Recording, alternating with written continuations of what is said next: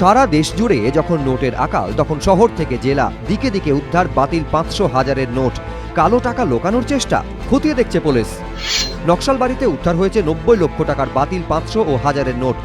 শনিবার বিকেলে গাড়িতে করে যাচ্ছিলেন নির্মল অগ্রওয়াল নামে এক ব্যবসায়ী। সে সময় গাড়ি থামিয়ে তল্লাশি চলছিল। আটকানো হয় ব্যবসায়ীর গাড়ি। বিলাসবহুল গাড়ির ডিকি থেকে উদ্ধার হয় বাতিল 500, 1000-এর 90 লক্ষ টাকার নোট। কোথা থেকে এলো এত টাকা, কোথায় নিয়ে যাওয়া হচ্ছিল, উত্তর না পাওয়ায় গ্রেফতার করা হয় ব্যবসায়ী ও তার গাড়ির চালককে। উত্তর দিনাজপুরের ইটাহারে উদ্ধার হয়েছে বাতিল 500, 1000-এর 1,60,00,000 টাকা। শনিবার রাতে ইটাহারে 34 নম্বর জাতীয় সড়কের নাকা চেকিং চলছিল। সে সময় একটি গাড়ির ডিকিতে মেলে 1,60,00,000 টাকা, সবকটি বাতিল 500, 1000-এর নোট। গাড়ি চালক সহ 4 জনকে গ্রেফতার করেছে পুলিশ। জেলার পাশাপাশি একই ছবি কলকাতাতেও। দক্ষিণ কলকাতার গলফ ক্লাব রোডে জঞ্জাল থেকে 2 বস্তা ছেঁড়া 500 ও 1000 টাকার বাতিল নোট উদ্ধার হয়।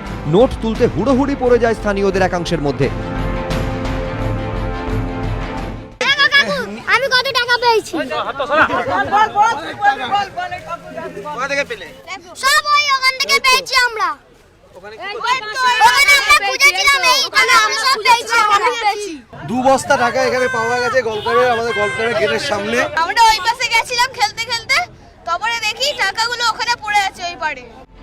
নোটগুলি উদ্ধার করেছে পুলিশ। কোথা থেকে এলো এত নোট, খতিয়ে দেখছেন তদন্তকারীরা। এসবের মধ্যে বাতিল নোটের কালোবাজারির অভিযোগে বর্ধমানের রায়নায় এক ব্যক্তিকে গ্রেফতার করেছে পুলিশ। অভিযোগ, পুরনো 500 নোটের বদলে 400 টাকা দেওয়া হচ্ছিল। পুরনো ও নতুন নোট মিলিয়ে ধৃতের কাছ থেকে উদ্ধার হয়েছে 3,700 টাকা।